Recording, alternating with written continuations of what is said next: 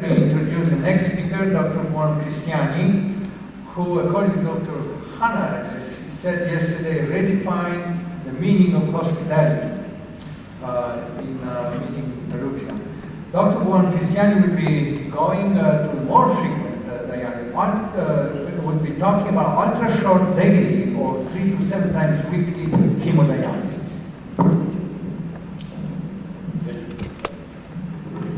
During my speech, I will present the results of a number of studies performed during a 15 years experience on a global population of 69 patients with a wide range of weight from 41 to 126 kilograms and a wide range of age from 13 years up to 87 years with 5 patients aged more than 75 years. The patients were treated mainly in Perugia and in Catanzaro, but other 4 centers spread throughout Italy made the collaboration.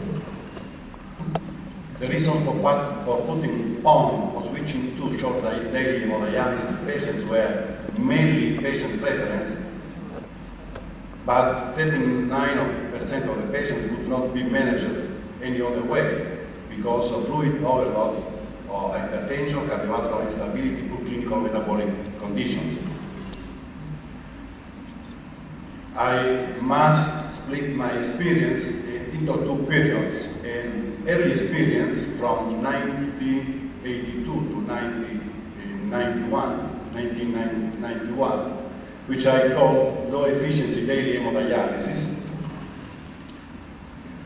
The system characteristics were 25 liter circulating batch system.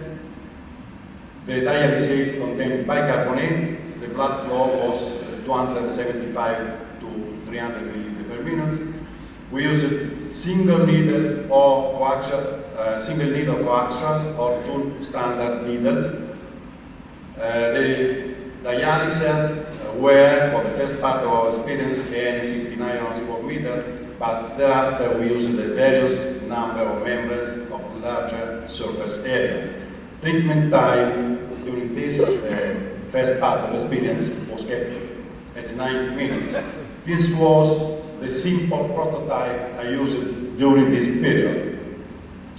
It was simple and lightweight, easy to be transported. We see here a patient while he is abroad dialyzing during the holidays.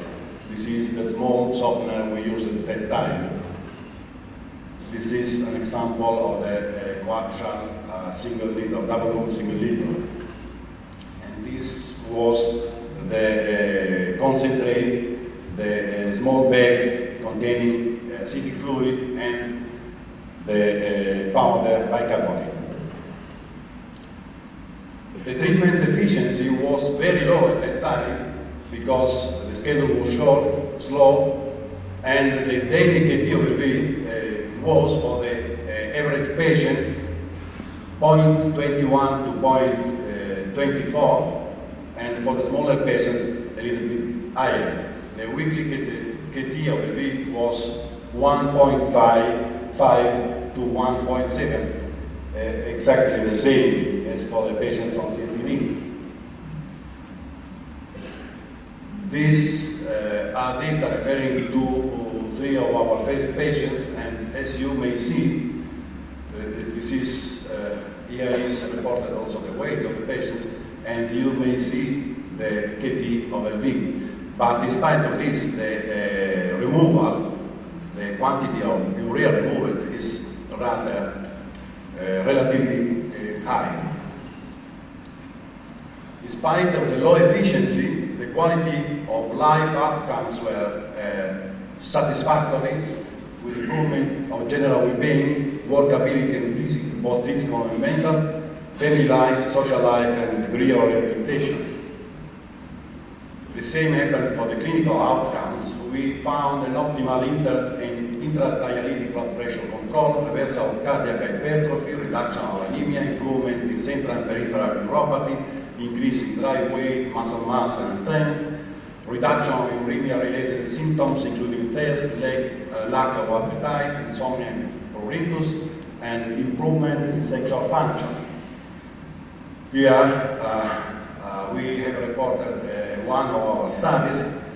As you may see, the general clinical aspects improved while the patients were on daily dialysis, with reduction of thirst, increase of appetite, reduction of insomnia and pruritus, and improvement of general well-being. The same happened for the dialytic aspects. The tolerance was reduced, the impatience of the patients was also reduced, as the post-dialytic asthenia, and the attitude toward the session was greatly improved. Only the patient still had some bad attitude in the treatment.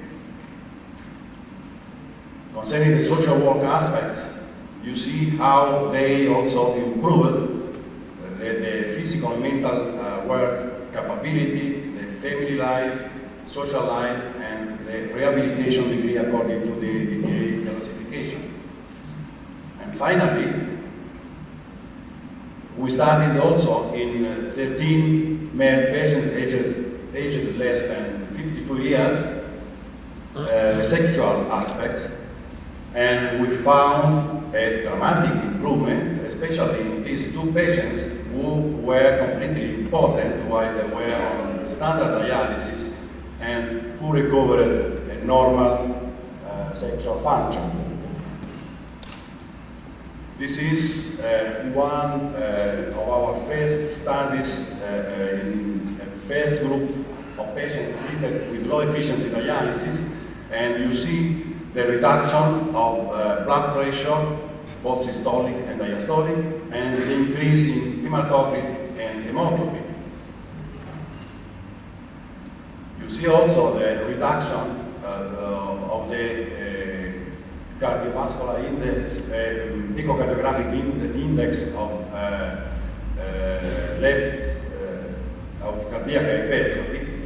You see the reduction of the interventricular septum wall thickness and of the posterior wall thickness and of the end diastolic and systolic diameters. Also the left ventricular mass decreased and the cardiothoracic index. I would underline the fact that also in hypotensive or normotensive patients, when they were switched to daily dialysis, also in this group of patients, the cardiothoracic index decreased.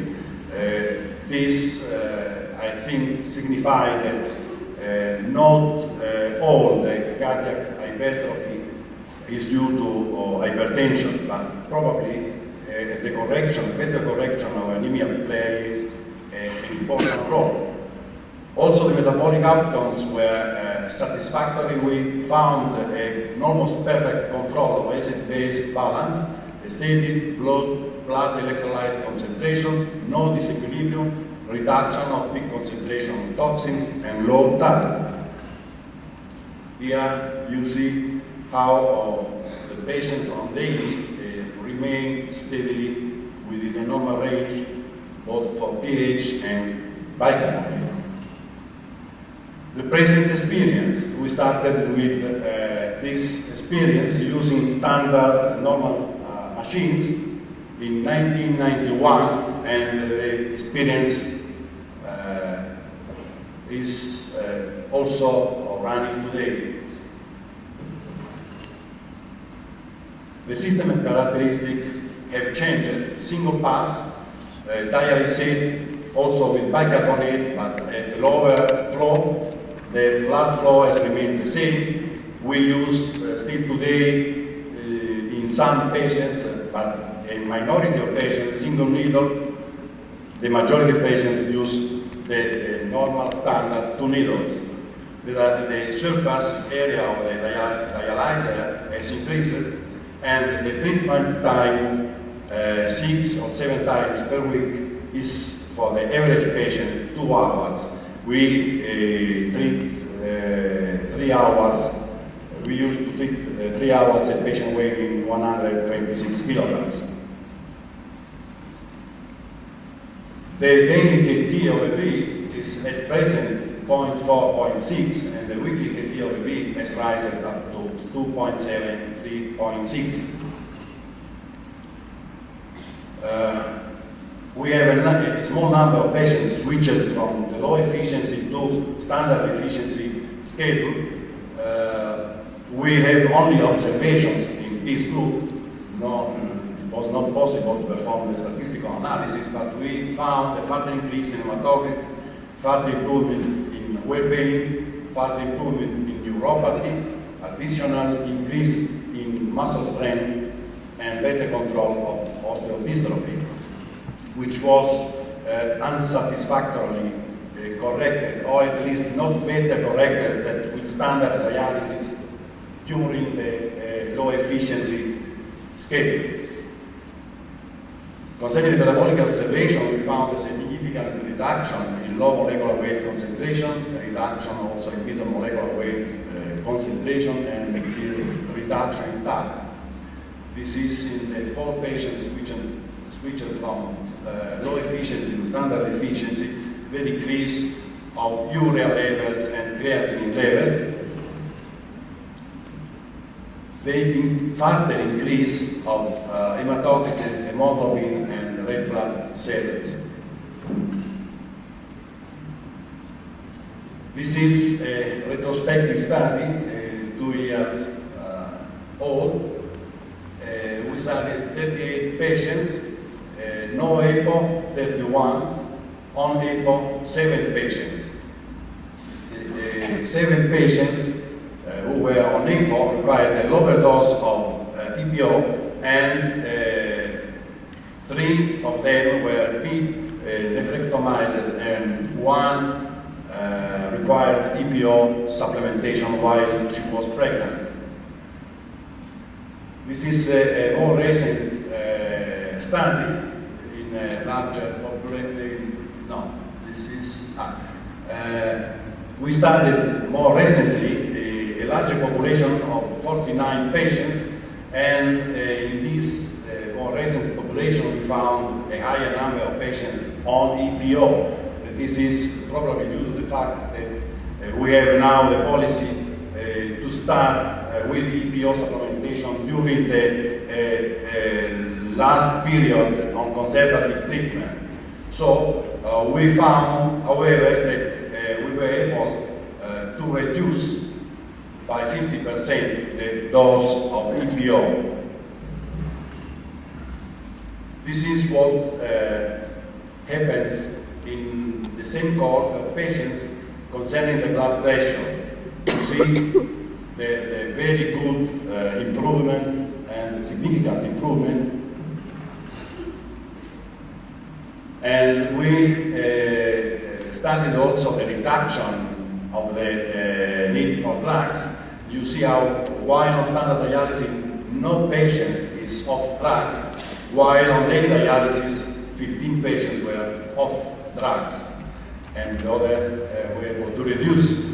I must underline the fact that this is a study limited to a year, the first year of observation. By prolonging the observation, we see the normalization of the blood pressure in all patients. This is a study concerning echocardiographic parameters in 22 patients, and we found again a significant improvement.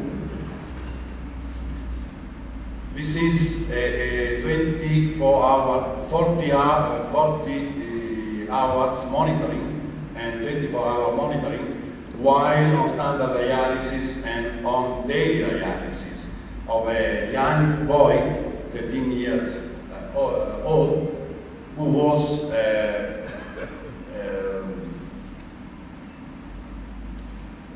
dramatically while on standard dialysis. And you see the result after only 6 months of treatment. Here he had to take 5 major antihypertensive drugs, and now at this point he had reduced the dosage by the half, by 50%. Here is a tracing of another patient some months after he was switched to daily. Here the RX with a cardiothoracic index of a patient who was severely hypertensive and with a high enlargement of the cardiac silhouette, and this is what happened 6 months after he was switched to daily. More recently, we performed a study in 7 patients who were observed during their last week on standard dialysis and during their first week on daily dialysis. This is the behavior of urea concentration, and this is the average behavior of the 7 patients. You see how during the first week on daily, the peaks tend to disappear, and how the TAC is lowered by about 20%. Also, we found a clear improvement in the behavior of the pH. Here is the average behavior. No more patients on acidosis before the session. This is the bicarbonate behavior, the same. The bicarbonate level remains steadily within the normal range. This is the average behavior of the urea extraction during the blood levels of urea during the session of 4 hours, the session of 2 hours, with the extractions. Here we see better the difference, small difference, in the quantity of urea extracted after the patient was switched to daily. But I must underline that the majority of the patients had a relatively low standard efficient system. If we will increase the clearance up to 250 milliliters per minute, this difference will be more important.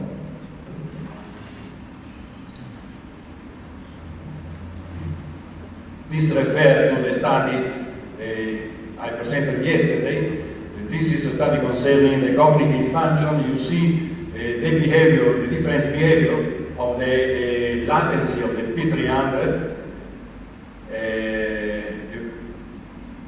started with the auditive evoked potentials in the patients on daily and in the patient on standard dialysis. You see how before the session the latency is pathologically increasing and tend to normalize at the end of the session in the standard dialysis, while the patients on daily dialysis have constantly normal values before and after the session. These are the results of the mini-mental state. Also, we see a reduction of the score in the standard patient, a normal score in the daily patients.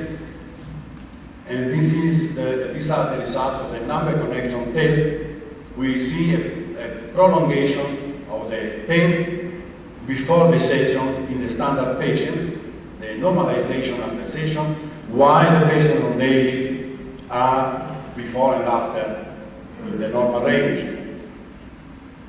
These are the results, the preliminary results of the study still underway.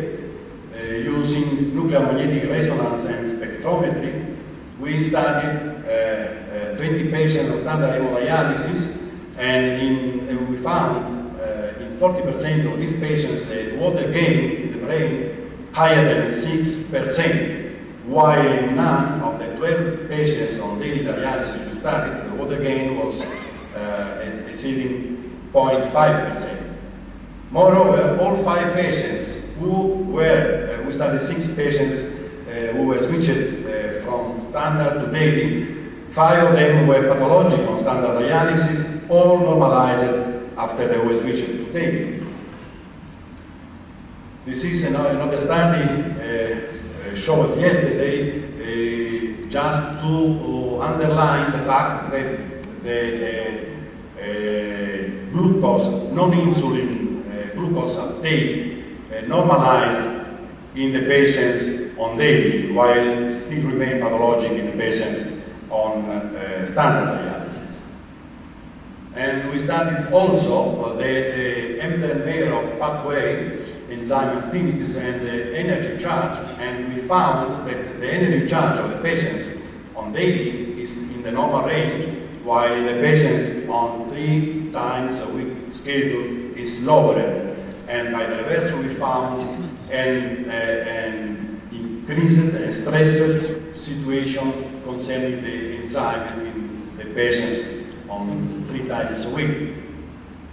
We checked also, we studied also the redox status of the patients, and we found that the patients on daily dialysis are better protected.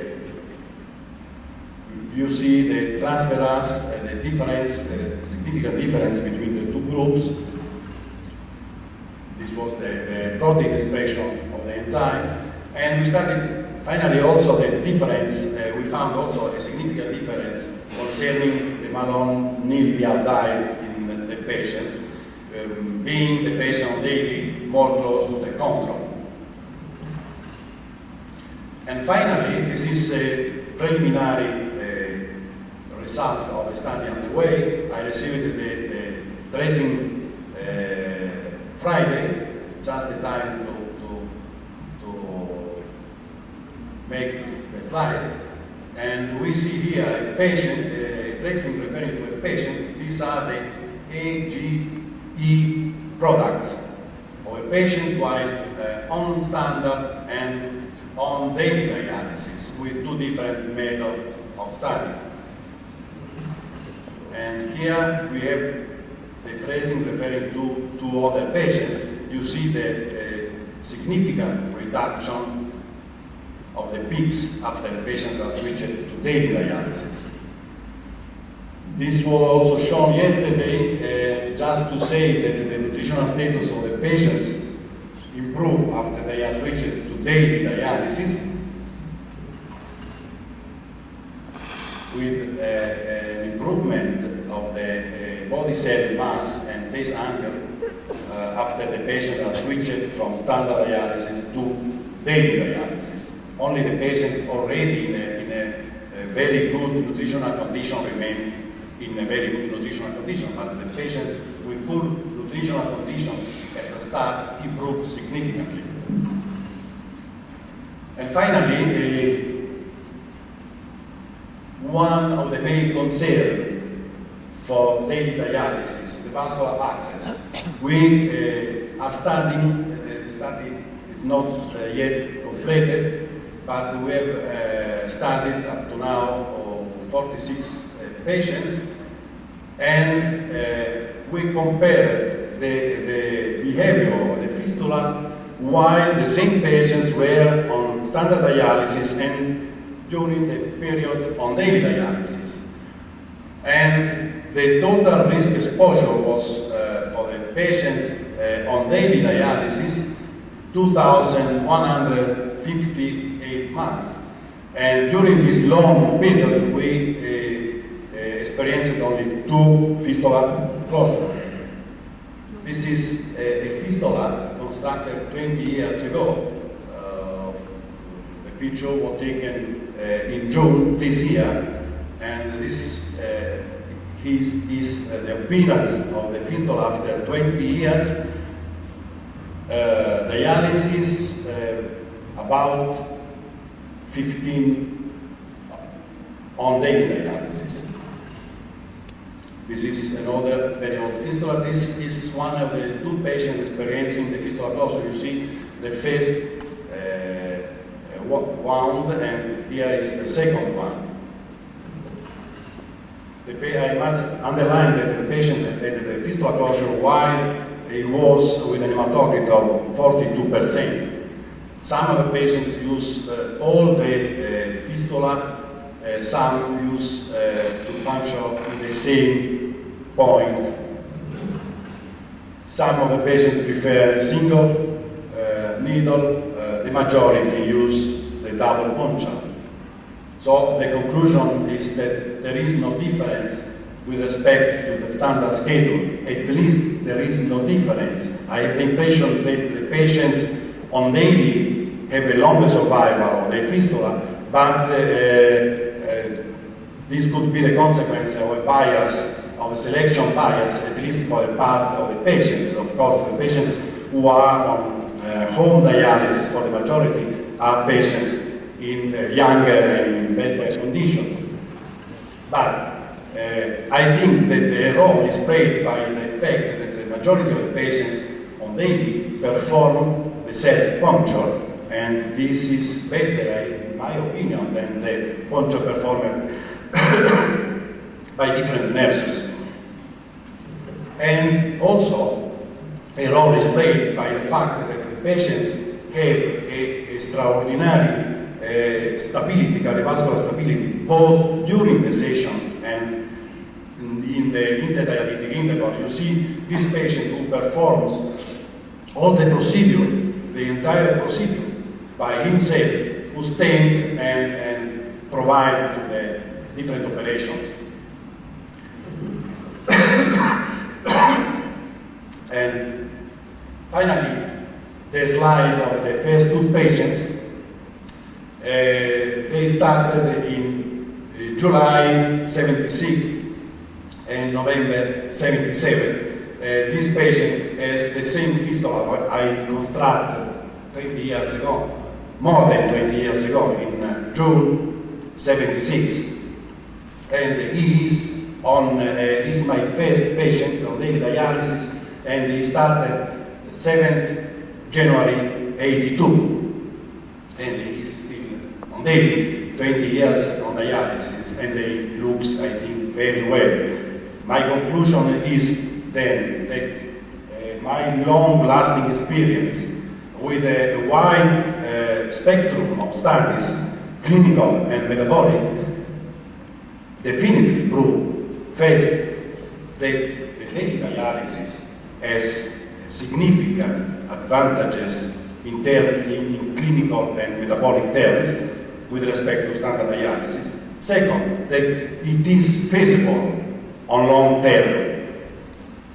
As you heard, Professor Bonomini, Professor Twardowski had their own experience more than 20 years ago, but their experience was short and were stopped because nobody believed that this could be a long-term treatment, and these patients proved the contrary. Thank you. Thank you very much, Dr. Buoncristiani. I just wanted to stress a few things from Dr. Mastrangelo and Dr. Buoncristiani presentation.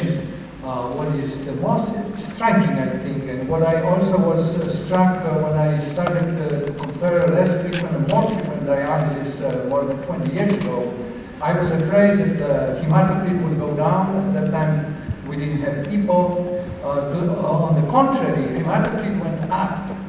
So this is confirmed with 4 times weekly dialysis and daily dialysis. Dr. Buoncristiani, Dr. Bonomini, 20 years ago, found that acid-base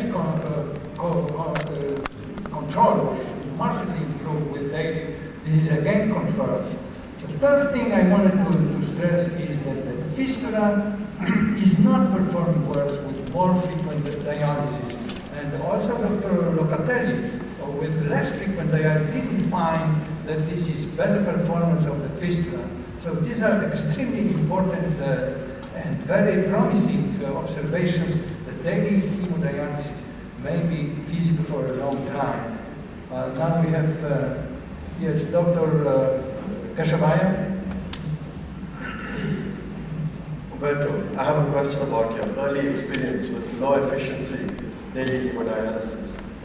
Your KT per week for the week was the same as CAPD, and yet CAPD has even lower TAG and probably lower TAG, and yet the results we have in CAPD are not as good as the results you showed with low efficiency daily hemodialysis. In fact, your patients were having sex more often than their doctors, I think. So, how do you explain these wonderful results compared to CAPD? Prakash, I was also impressed when I studied a posteriori the KT of my patients, and I found such low values. But then I studied the extractions. Fortunately, during that period, we collected many times the dialysis because we used the tank, and we were able to collect and to measure the extractions. So I found that in spite of the low KT of the week, the extractions of urea were rather high, much higher than the extraction you may have with peritoneal dialysis. And this could be the difference. And as you see, the patients are not lightweight patients, 80, 90 kilograms. And the two guys were treated with daily dialysis 9 years and 8 years with significant improvement with respect to the previous schedule. Both were home patients. Both were treated with the same membrane, AN69. Both were treated on alternate day schedule. So I may say the best way of treatment at that time available. Then they were switched for two particular reasons. The first one asked to have a portable system because he was young, he underwent successfully 2 transplantations, he became sensitized, and he was aware that he could not have other transplants. So he asked for a system which could be portable. So I set up this prototype, and when I checked the results, I found the low efficiency, and then I proposed to the patient to switch the schedule from the alternate day to the daily schedule in order to see if the metabolic control was satisfactory. And when after 1 month we checked all the parameters, we found that already after 1 month an increase in hematocrit, and the patient was no longer willing to go back to the standard schedule because he was experiencing an improvement in general well-being, muscular strength, and he asked to remain in this new schedule. The second was switched from alternate day dialysis to daily dialysis because he was complaining of impotence for more than a year. We tried everything. He was already a home patient, already on alternate day dialysis, and I proposed to switch. And after 1 month of treatment, he came and he reported that he had recovered his sexual function. We have time for one more question, please.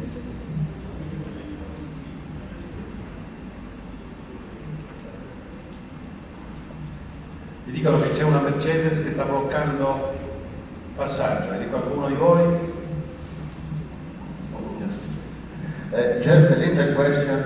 What about the cost of the treatment? Do you reuse material, and do you increase the costs with the daily dialysis?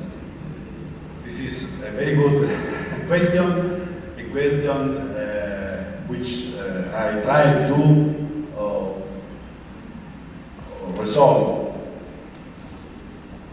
We are studying a system for overcoming the limitations to the diffusion, to the wide adoption of this schedule, of course.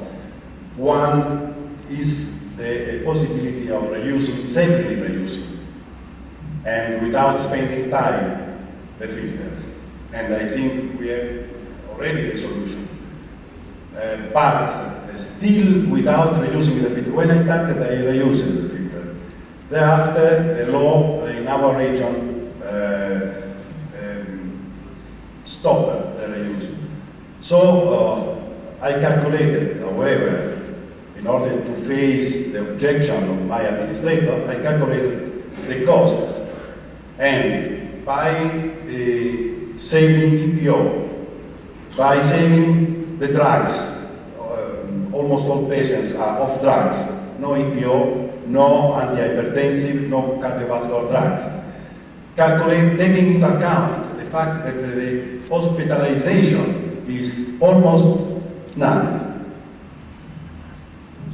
Taking into account that the patients, the majority of the patients, are home patients, the cost is the same or even lower than the cost of a simple, standard bicarbonate dialysis in center. And for sure, significantly lower than the combined diffusive convective treatments. Thank you very much. Unfortunately, we have no time for discussion right now. We have to go on.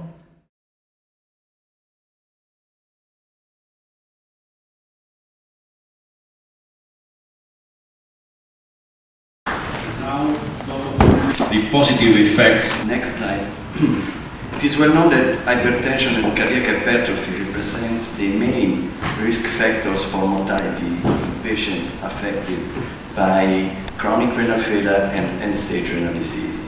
And it is also known that the beginning of a standard dialysis, 3 times a week dialysis, is not able to reverse or to prevent these increased risk factors. Even if the standard dialysis is performed with the technical improvement we have today, like high convection, the sodium profile, or the use of biocompatible membranes. And it is clear that the physiology of standard dialysis depends on the fact that we have a lag time between each session. And therefore, there is a question. A change of hemodialysis schedule is needed. Next, please. In the last years, a certain number of studies were published about these problems, and I will represent the study were published, divided in sections: the retrospective study, the non-controlled prospective study, and a controlled prospective study. About the retrospective studies, we published in year 98 the observation on 23 hypertensive patients that there was a decrease of both systolic and diastolic blood pressure after the switching of this patient from a 3 times a week dialysis to a daily dialysis. The next.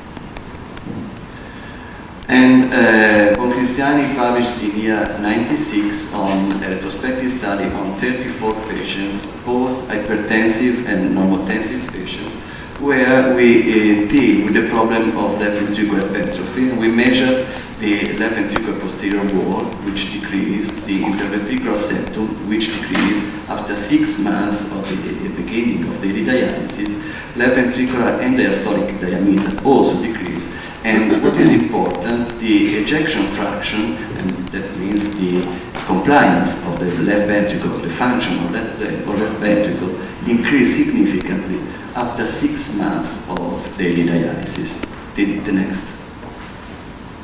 A larger study was published by Woods with the use also of our data, and this was concerning 72 patients in a multi-center retrospective study.